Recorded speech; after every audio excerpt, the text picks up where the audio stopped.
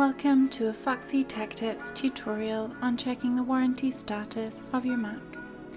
If you find this video helpful, please consider subscribing to my channel and liking the video. Tap on the Apple logo in the top left corner. Choose About This Mac from the menu that appears. Tap Support from the top of the pop-up window that appears.